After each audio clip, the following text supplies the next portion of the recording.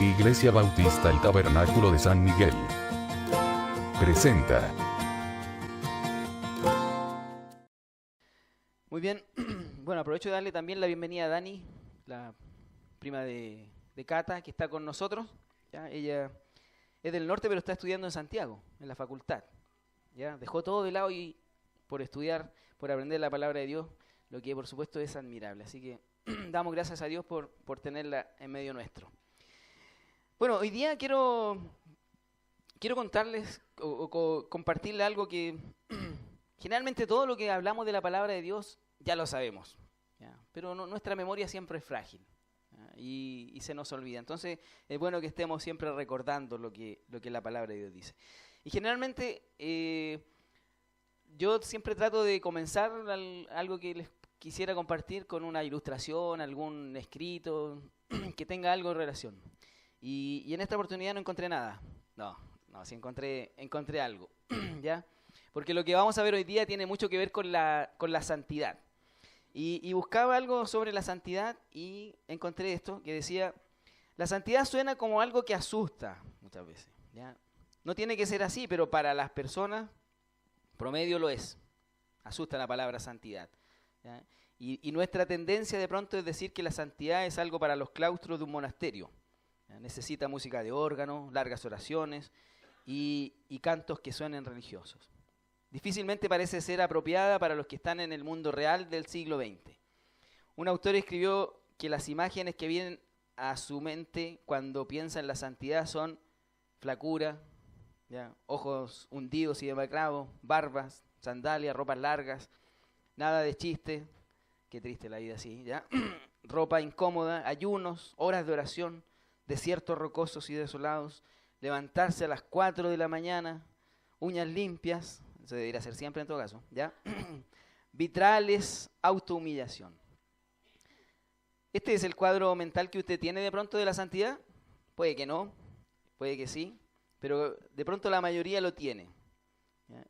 Es casi como si la santidad fuera exclusiva para monjes, misioneros, místicos, mártires, etc. Pero nada está más lejos, por supuesto, de la verdad. Todo ese cuadro que les mostré que les comenté no tiene nada que ver con la verdad. Y otro escritor escribió algo que es más real. Dice: la santidad es negocio de todos los días de todo creyente. Se evidencia en las decisiones que tomamos y las cosas que hacemos, hora tras hora, día tras día. Por supuesto que, al igual que yo, nos quedamos con esta segunda descripción de lo que es la santidad. Y bueno, como decíamos, la vida cristiana es diaria, es práctica, es lo espiritual llevado a lo real, por decirlo de una forma. Es todo lo que recibimos de la palabra de Dios, que lo tenemos que manifestar en nuestro actuar diario. Eso es lo interesante de la vida cristiana, que lo espiritual lo podemos hacer real en nuestra vida. Y vivir en santidad es vivir apartado del mal. Y hay un versículo ahí en Tito capítulo 2, versículo 12, que es donde nos vamos desde donde vamos a partir. Hebreos capítulo 2. Tito, perdón, no, es que estaba leyendo aquí lo que decía, perdón, me confundí. Era para ver si estaban ahí muy bien, me parece excelente eso, que estén atentos. En Tito capítulo 2, versículo 12, dice: enseñándonos que, renunciando a la impiedad y a los deseos mundanos, vivamos en este siglo, y aquí esto es en esto me quiero centrar, que dice que vivamos en este siglo, ¿de qué manera? Sobria y piadosamente. Y saben, Dios nunca ha cambiado la instrucción con respecto a la forma de vivir de sus hijos. ¿Ya? Y quiero llevarlos a Proverbios, capítulo 2. La verdad que la otra vez compartíamos Proverbios con los jóvenes y me quedo pero dando vuelta este versículo y me gustó mucho. Proverbios capítulo 2, versículo 9. Ahí está el resultado de los 8 versículos anteriores que hablan de buscar la guía de Dios, de buscar la sabiduría, de inclinar nuestro oído a la sabiduría de Dios. ¿Ya? Y el versículo 9 dice que entonces entenderás justicia, juicio y equidad y todo buen camino. Y saben que eso es lo mismo que está en Tito capítulo 2, versículo 12. Pero la única diferencia es que está en el orden inverso. ¿Ya? Justicia es piadosamente, juicio es, como decía la segunda parte, justa, ¿ya? Y sobria es equidad. ¿Ya? Y de pronto me gusta más el otro orden, el que tiene en Proverbio, ¿ya? Porque estas tres formas de vivir tienen que ver con nuestra relación con Dios, con los hombres y con nosotros mismos. Y bueno, justicia, ya dijimos, que es la cualidad que regula nuestra relación con Dios. Juicio equivale a la honradez en nuestro trato con los demás y equidad expresa la rectitud personal. Y lo mismo en Tito capítulo 2 versículo 12 dice que sobria tiene que ver con la cordura, con el dominio de nosotros mismos. La justa tiene que ver el trato con los demás, también con justicia, con equidad, con honestidad. Y piadosamente es nuestra relación con Dios. Y esta forma de vivir que debemos tener los hijos de Dios está muy relacionado con el fruto del Espíritu. Pon atención, Lucas, ¿ya? No quiero tener problemas contigo, así que desde chico te voy a empezar a dar las instrucciones claras, ¿ya? Así que tiene que ver con el fruto del Espíritu que está en Gálatas capítulo 5, versículo 22-23, y lo vamos a leer también. Vamos a Gálatas, capítulo 5, versículo 22 y 23. Y se dan cuenta ya las citas, son citas recontra conocidas por nosotros, pero que siempre es bueno volver a recordarle. Dice ahí, más el fruto del Espíritu es, ustedes van repitiendo o van diciendo, es amor, ¿qué más?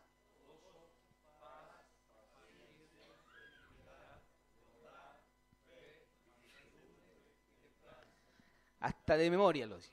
Porque contra tales cosas, hasta de memoria lo sabemos, ¿ya? El problema es que la memoria es frágil nuestra, ¿no es cierto?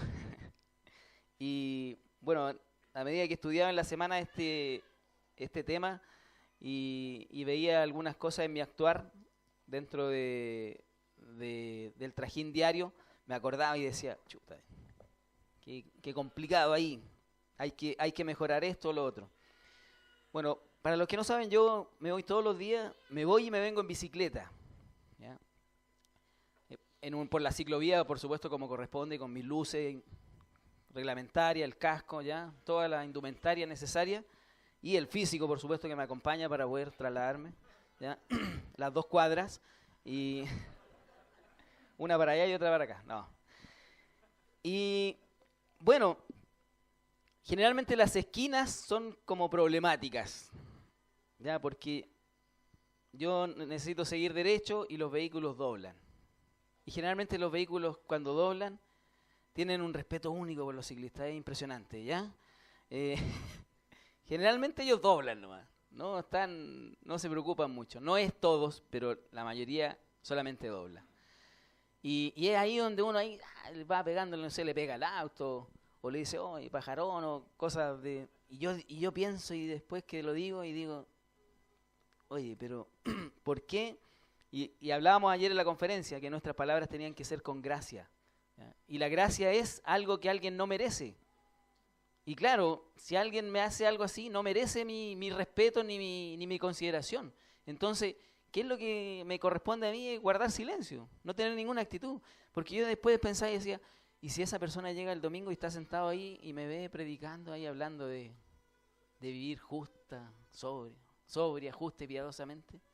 Y yo teniendo esa actitud en la calle. Por eso es tan bueno que nosotros nos preocupemos de cómo nos conducimos. Y por lo tanto vamos a repasar esto rápidamente, el fruto del Espíritu, ¿ya? Para que vamos recordando de qué se trata esto, ¿ya? Aunque lo sabemos muy bien, pero siempre es bueno hacerlo. Ahora, ahí estamos hablando de de 9 cualidades que nosotros mencionamos, de 9 elementos que componen el fruto del Espíritu. Lucas, por favor. Oye, Lucas. Vamos a hablar en la casa, Lucas. ¿Ya? Esta forma de vivir es el fruto, la que mencionábamos de vivir, ¿cómo era? Sobria, justa y piadosamente. Esta forma de vivir es fruto del Espíritu. Es el fruto del Espíritu. Ya que los elementos son un racimo. Es un fruto. No sirve que yo me destaque en 2 y los demás no. No sirve eso. Es un fruto. Es como un racimo de uva. ¿Ya? Se ve bien feo un racimo que le falten varias uvas y esté así como medio desguañangado, por decir una expresión. ¿Ya? Nueva, esa expresión es súper nueva. ¿Ya? Salió hace poco. Porque se ve feo. Y esto, el fruto del Espíritu, las 9 tienen que estar. ¿Ya? Y por supuesto que tienen que ver con nuestra relación con Dios, con los demás y uno mismo. Es la misma distribución que de las 3 palabras que estábamos viendo recién. Y empezamos. Cuando hablamos de amor, ¿qué le viene a usted? Los 3 primeros tienen que ver con nuestra relación con Dios. Amor. ¿Cómo muestro yo amor a Dios? O el amor de Dios. A Dios primero.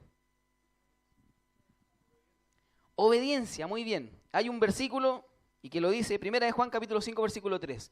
El primero que lo encuentre lo lee, por favor. Tiene que ser rápido. 1 de Juan capítulo 5 versículo 3. El que lo lee primero va a ser el más lindo de este lugar, ¿ya? Después de mí. ¿Qué dice? ¿El 5:3? Moisés, léelo, por favor. No eres el más lindo, pero léelo igual. 1 de Juan 5 versículo 3. ¿Qué dice ahí?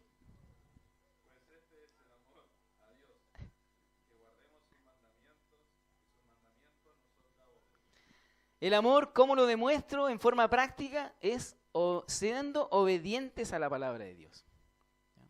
Ahora, si usted es obediente a Dios, los demás van a poder ver su amor a Dios. Absolutamente. Absolutamente van a poder ver su amor a Dios. Cuando nosotros somos obedientes a su palabra. ¿Ya? Y seguimos rápido. Voy a hacerlo relativamente rápido, ¿ya? Porque yo sé que todas las cosas que les voy a mencionar ustedes las manejan al revés y al derecho. La segunda, ¿cuál es? Gozo. ¿Cómo muestro gozo? Una actitud de vida, exactamente. ¿Ya? Y el gozo, ¿cuándo lo manifestamos así en forma intermitente? En la mañana. Permanente. Y saben, hay un ejemplo que tiene que ver con el gozo. No lo dice específicamente la Biblia, pero es una actitud de gozo. ¿Ustedes recuerdan a Pablo y a Silas? Cuando estaban encarcelados en una cárcel de alta seguridad. Ya hubo un temblor y quedaron todos libres. ¿Ya? Pero, ¿ustedes tienen información más o menos cómo eran las cárceles en ese tiempo? Eran horribles. Si nosotros vemos hoy día las cárceles que muestran, no sé, la que está ahí, la penitenciaría, que están todos hacinados, apelotonados y no tienen las condiciones, son muy malas. Ellos están en una cárcel de lujo comparado a cómo estaba Pablo y Silas en ese tiempo. ¿Ya? Y además, los que están aquí se pueden mover, salir, tienen un perímetro no muy amplio, pero se pueden mover. Ellos, dice que estaban en un cepo. ¿Y qué es un cepo? No sé, pero estaban ahí. No, un cepo era como una estructura de madera, donde ellos habían 2 hoyitos abajo y otros 2 más arriba que se separaban. Él ponía los pies, caía el cepo y le dejaba sus pies sujetos y lo mismo los brazos. Y estaban totalmente inmovilizados, ¿ya? En un lugar húmedo, lo más probable, todo sucio. Pero, ¿qué es lo que estaba haciendo Pablo y Silas? Veámoslo ahí en Hechos capítulo 16, versículo 25. Hechos 16, 25. Como lo encontré primero, lo voy a leer. Y soy el más lindo del lugar, ¿ya? Dice, pero a medianoche, orando, Pablo y Silas cantaban himnos a Dios y los presos les oían. Esa es una actitud de gozo. No dice ahí, pero ellos estaban independiente de la circunstancia tan trágica o tan desagradable que les tocaba vivir, ellos estaban gozosos en el Señor. Y eso es lo que nos corresponde a nosotros también. Pero a veces cuando nosotros nos miramos el rostro, ¿usted ve cara de gozo en algunos hermanos? ¿En algunas ocasiones? Especialmente cuando lo están pasando mal. ¿Ve cara de gozo, no? Ahora yo no digo oye, no, ¿sabes que se me murió un familiar? No estoy hablando de eso, ¿ya? Pero de tener un gozo que va muy asociado al otro elemento, a otra parte del fruto del Espíritu, que es, ¿cuál viene? Paz, que va muy asociado a eso, a la paz. Así como ese gozo, y sobre la paz, ¿qué dice la palabra de Dios? ¿Qué es la paz que los hijos de Dios tienen? ¿Cómo es la paz que tienen los hijos de Dios? Sobrepasa todo entendimiento.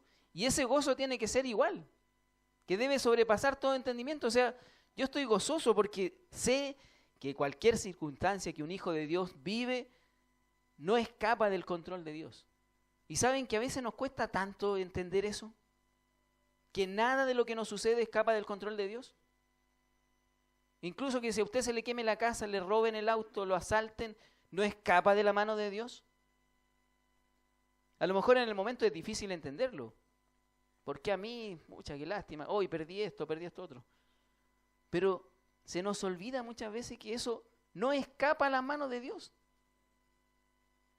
Ahora lo que sí merece de parte nuestra es una reflexión en cuanto lo que estoy viviendo es producto de mi negligencia, es producto de mi pecado, es producto de mi desobediencia. Pero si yo estoy en comunión con Dios, voy a entender claramente que cualquier circunstancia que a mí me toca vivir va a tener un propósito de parte de Dios en mi vida. Por lo tanto, amor, gozo, paz, que tienen que ver con nuestra relación con Dios, deben estar presentes en un hijo de Dios. Bajo cualquier circunstancia. Bajo cualquier circunstancia. Esto lo debemos grabar bien. ¿Ya? A veces tenemos miedo de esto, tenemos miedo de lo otro. A veces tomamos medidas de seguridad incluso excesivas, ¿ya? Pensando que nosotros podemos controlar algo de lo que nos sucede. Obviamente que hay cosas que nosotros tenemos que hacer y que tienen que ver con nuestras decisiones, con nuestro actuar. Pero hay una gran parte de nuestra vida que no la gobernamos nosotros. Los factores externos no están en no están dentro de nuestras capacidades de controlar, pero sí lo están de Dios. Por lo tanto, hermanos, el estar gozoso bajo cualquier circunstancia y tener paz es algo que un hijo de Dios sí puede tener y debe tener. Así que si usted está pasando una mala racha, como quiera llamarle, un momento penoso, un momento triste en su vida, lo que debe hacer es hacerlo aferrarse aún más al Señor. Y no caer en desánimo y dejar que Satanás nos inunde con sus dudas y con sus cuestionamientos y apartarnos del Señor. Sigamos. Ahora vamos con la relación con los demás. Yo le decía a la Anita, mira, cuando se trata de Dios, de nuestra relación con Dios, es como, de pronto, entre comillas, como que se hace más fácil, porque a Dios no lo vemos. No lo vemos. Pero nuestra relación con los demás, ahí se complica un poco la cosa, ¿eh? Ya, porque tenemos que ver caras, tenemos que sufrir actitudes, tenemos que recibir palabras. Nuestra relación siempre es con los otros. Siempre tenemos relación con los demás, ya sea por iniciativa nuestra o de forma obligada. Y en primer lugar, hay dentro de los elementos del fruto del Espíritu que tienen que ver con nuestra relación con los demás, es y Moisés le dijo, paciencia. Así como, chuta, qué difícil esa palabra, paciencia. Gracias a Dios, no es mi caso, yo soy muy paciente. ¿Ya? Esperé 6 años a la Anita para que ella me dijera que sí. pero no tiene que ver con esa paciencia en realidad, ¿ya? Ahora, ¿qué significa ser paciente? ¿Qué significa ser paciente? Tener paciencia, muy bien, ¿ya? Esperar, pero esperar así nomás, como espera la micro uno. O esperar en ciertas circunstancias. Porque a veces hay esperas que son gratas, no sé, cuando estamos 9 meses esperando que nazca la guagua, es una espera grata. ¿Ya? La paciencia tiene que ver cuando sufrimos, cuando estamos en medio de la aflicción, ahí resalta la paciencia.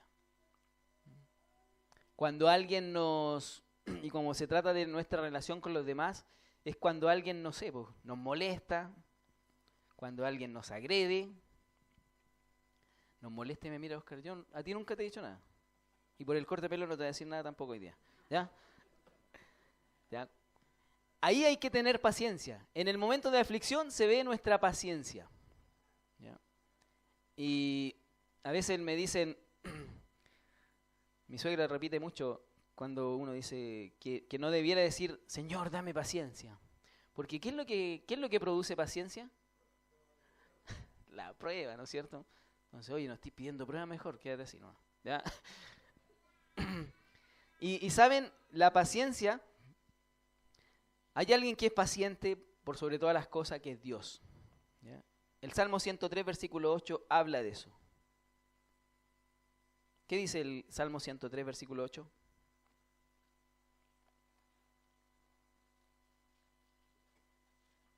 El que lo tenga lo puede leer, por favor.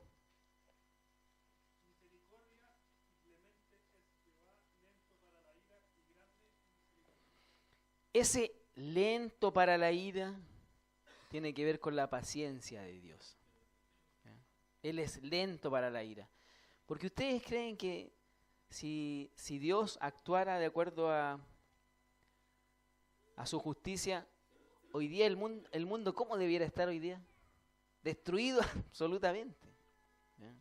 Pero Dios es paciente, es lento para la ira. ¿No? Es paciente. Y por lo tanto, ¿qué nos corresponde a nosotros? Es ser pacientes y lentos también para la ira. Y ¿saben qué? Nosotros nos ocurre algo que no debiera ser. Generalmente con los que menos tenemos paciencia es con la gente que no es cristiana. ¿Ya? Yo siempre digo, cuando uno ve la tele y dice, el tipo le pegó a la abuelita o asaltó a una abuelita o este tipo mató a esta persona, y uno de repente dice, no, deberían matar a esos gallos. ¿O nunca lo dijo? Y se le olvida que uno antes era enemigo de Dios también. Que también estábamos lejos, muertos en nuestros delitos y pecados.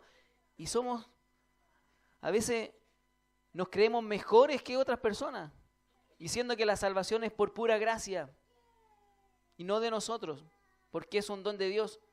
Y aún así tenemos la desfachatez, hasta podríamos decirlo, de apuntar a los pecadores con nuestro dedo y recriminarlo por su actuar. Y si ellos no tienen el Espíritu de Dios, ¿pueden actuar de otra manera distinta? No lo pueden hacer. Al contrario, nosotros debiéramos tener mayor amor hacia esas personas. Pero a veces somos muy inquisidores, ¿ya? Y nos creemos de pronto un poco más. Por lo tanto, la paciencia sí debe estar presente en un hijo de Dios. Y cuando ya empezamos viendo las 3 primeras, si están las 3 primeras, la paciencia va a venir también. Va a venir. Porque vamos a entender que Dios también nos llama a ser pacientes. Seguimos. ¿Qué viene después? Yo tengo benignidad. ¿Hay bondad? Ah, ya, tenía otra versión tú, Álvaro. Ya. La versión Villablanca. O sea, ¿ya? Benignidad. ¿Y qué es lo que es benignidad? Ser benigno. Muy bien. No. ¿Qué es lo que es benignidad? Yo tengo una ventaja porque yo estudié, ¿ya? Por eso, pero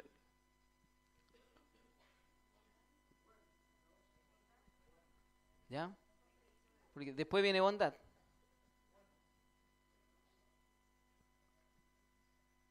Bueno, benignidad tiene que ver con ser amable. Ser amable. ¿Es usted amable? ¿Se para usted cuando va en la micro sentado, el único ahí asegurado en el asiento, y sube alguien y le da el asiento? ¿Se para y le da el asiento? ¿O es de los que se duerme automáticamente? ¿O ve algo en el exterior y se queda mirando por la ventana, así ya, así como hasta así mirando para afuera? Es ser amable, ¿ya? Es ser suave de carácter, ¿ya? Suavidad de carácter. Ese que no anda malhumorado no es el que anda amargado. ¿Conoce usted a alguien así que son medio amargados, que andan siempre como enojados? Yo conozco uno, lo estoy mirando aquí, pero no voy a dar nombre. No. ¿Ya? Un hijo de Dios no puede andar malhumorado. Oye, somos hijos de Dios, tenemos vida eterna, tenemos todo en Él. ¿Podemos andar malhumorados? ¿Podemos andar amargados? Es una contradicción absoluta que un hijo de Dios sea un amargado o sea un enojón. No puede ser. Así que el que sea enojón, vamos a dudar de su salvación. Nada de cuestiones. ¿Ya? No puede ser que un hijo de Dios sea de esa forma. Por lo tanto, y seguimos. Cuando comenzamos con las tres primeras, el que está bien en las tres primeras ya se nos va a hacer más fácil ser paciente, ser benignos, amables, suaves de carácter. Y la primera, esa de la amabilidad, suavidad de carácter, tiene que ver más con nuestro actuar con las personas, con cómo mostrarnos con ellas. Pero viene la siguiente, ¿cuál es? Bondad. ¿Y qué quiere decir bondad? Muy bien, Olguita, muy bien. De hecho, bien esos cursos que está haciendo allá en la iglesia de... Ser bondadoso es ser generoso, ¿ya? Es aquel que si ve a una persona sin zapato y tiene un par de zapatos que le sobra, le da los mejores y se los da a la otra persona. Y si tiene un puro par, le da por último un puro zapato, ¿ya? Cosa que andemos las dos en las mismas condiciones. ¿Ya? Pero el ser generoso es aquel que actúa, que no solamente se queda con la buena onda, así, pucha, voy a orar por ti, hermano, ¿ya? Sino que es el que da, el que disposición de hacer el bien. Y que también, claro, y que lo busca también, y que se preocupa del otro, de saber qué necesita para poder ayudarle. Seguimos, porque si no vamos a estar atrás. Fe. Esta fe, ya terminamos con nuestra relación con los demás, ¿ya? Por lo tanto, debemos ser pacientes, benignos y bondadosos con los demás. Ahora, mayormente con los hijos de Dios. Ahora, no podemos tampoco decir, no tanto con los de afuera. O sea, nosotros debemos ser bondadosos, pacientes y benignos con todos. Y yo creo que debiera ser con mayor razón con los que son inconversos. ¿Por qué? Porque va a ser un testimonio de mostrarles que la palabra de Dios, el ser hijo de Dios, hay una diferencia en ser inconverso. Porque quizás en algunas ocasiones vamos a encontrar afuera gente que va a ser más paciente, que no es cristiana, hay gente que es más amable, incluso que hay gente que es más generosa que los hijos de Dios. Entonces van a decir, ¿hay alguna diferencia? Ninguna. Por lo tanto, nosotros debemos esforzarnos en ser realmente de testimonio en este mundo, de ser luz en medio de las tinieblas. Fe. No estamos hablando aquí de la fe de la salvación, sino que de la fe de fidelidad. ¿Ya? Nosotros debemos ser dignos de confianza, debemos ser honestos, hombres, mujeres, en quien se pueda confiar y creer. El cristiano debe ser fiel como hombre, vecino, mujer, amigo, amiga, esposo, esposa, padre, hijo, en todos los ámbitos de la vida. Debe ser fiel. Seguimos. Mansedumbre. ¿Qué es lo que es mansedumbre? Esa es fácil. Alguien manso. ¿Ya? Alguien afable, alguien que es gentil. Exactamente, que emociones bajo control. ¿Ya? Aunque esa me queda más con la última. Exactamente.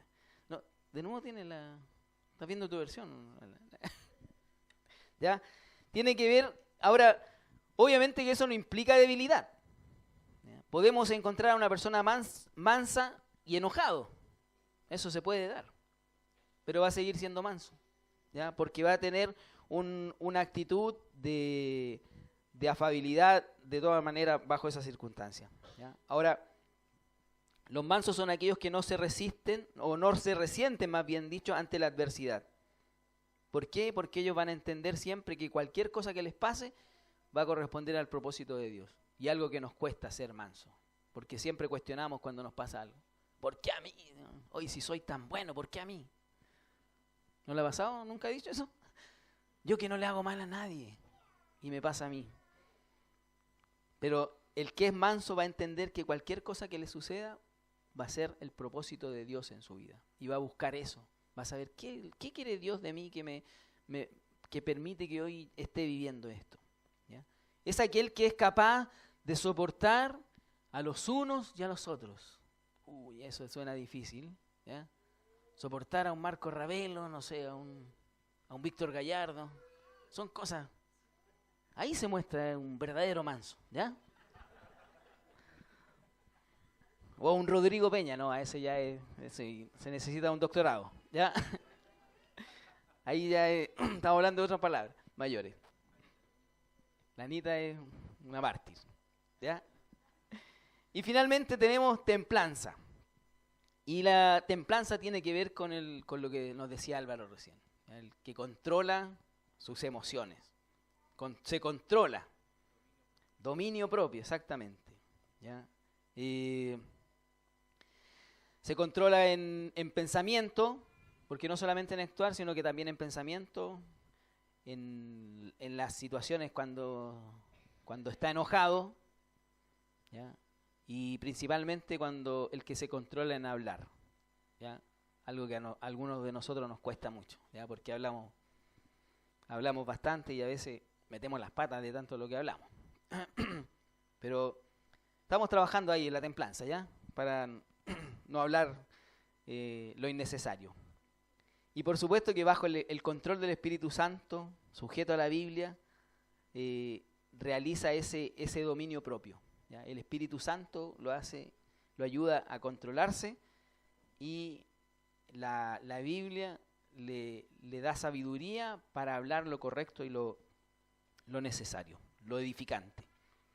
Ahora, si bien es cierto las tres últimas, lo que tiene que ver con fe, mansedumbre, templanza, son hacia uno mismo, claramente tienen una manifestación con los demás. O sea, todos podemos ver si alguien es una persona fiel, si es una persona mansa, o si tiene templanza. Eso claramente lo podemos ver, ¿ya?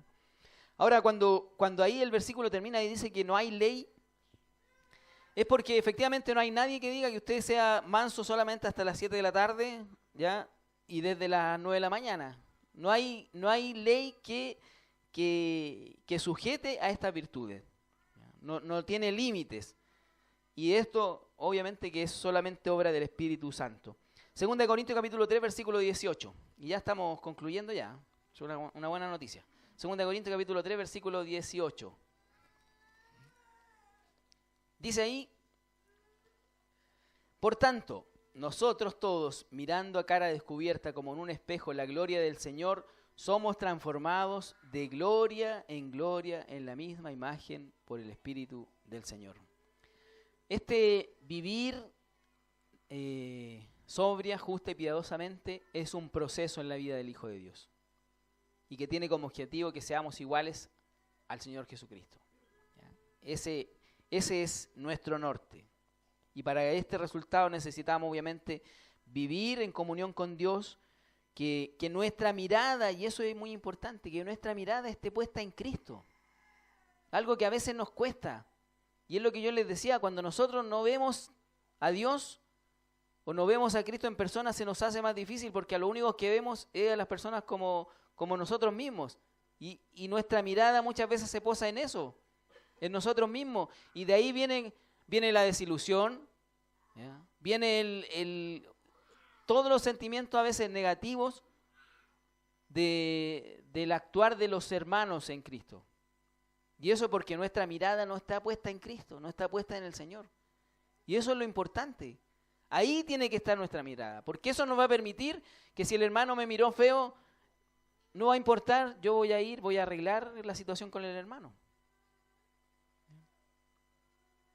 Entonces, que no se nos olvide eso, que nuestra mirada por sobre todas las cosas tiene que estar puesta en el Señor.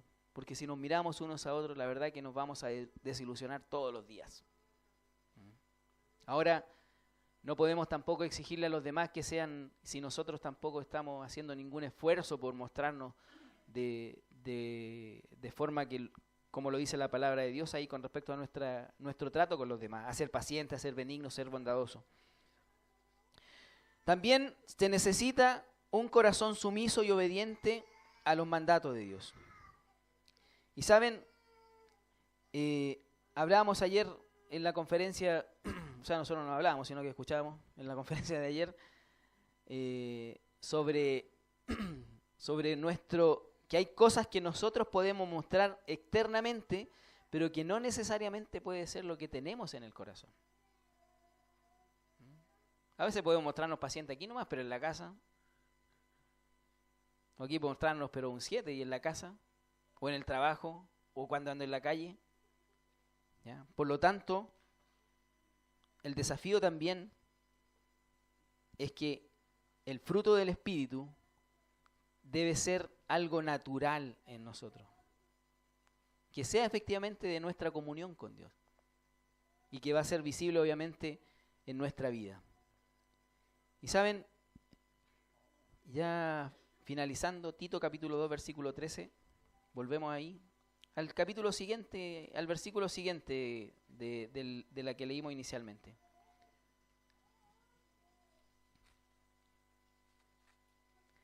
Leímos el 12 y el 13, dice, porque ¿cuál es el propósito de vivir esta vida sobria, justa y piadosamente? El 13 lo dice, aguardando la esperanza bienaventurada y la manifestación gloriosa de nuestro gran Dios y Salvador Jesucristo. De esta manera tenemos que vivir mientras esperamos a Cristo, que nos venga a buscar. Esta es la manera de vivir, sobria, justa y piadosamente. Ahora, ya finalizando, hay algo que en un momento mencioné, de la fe. Que no era la fe que salva. Ahora sí viene a tomar un papel importante la fe que salva. Porque si usted no es salvo, todo lo que le dije no le sirve. Si usted no ha tenido un encuentro personal con el Señor, no le sirve todo lo que yo le dije. Si usted un día no reconoció su condición de pecador delante de Dios, le pidió perdón y aceptó el regalo de la salvación, no le sirve todo lo que dije. Por lo tanto, usted, si no tiene a Cristo en su corazón, necesita primero ir a Dios a través de la fe salvadora, de esa fe que nos lleva a confiar en que la obra que hizo Cristo en la cruz me reconcilia con Dios y me da una vida eterna. Por lo tanto, mi llamado es, si usted tiene a Cristo en su corazón, todo lo que dije, llévelo a la práctica. Llévelo en la práctica. Que no se le olvide que nosotros somos cristianos las 24 horas del día y en el lugar que estemos. ¿Ya? Y que manifestemos el fruto del Espíritu en nuestra vida. Y la única forma de hacerlo es teniendo una comunión con Dios. Y lo que nos va a traer solamente beneficios. Vamos a orar, darle gracias a Dios y por supuesto también pedir su ayuda en que todo lo que hoy hemos escuchado podamos llevarlo a la práctica. Oremos. Bendito Dios, gracias te damos por este día. Gracias. Iglesia Bautista El Tabernáculo de San Miguel.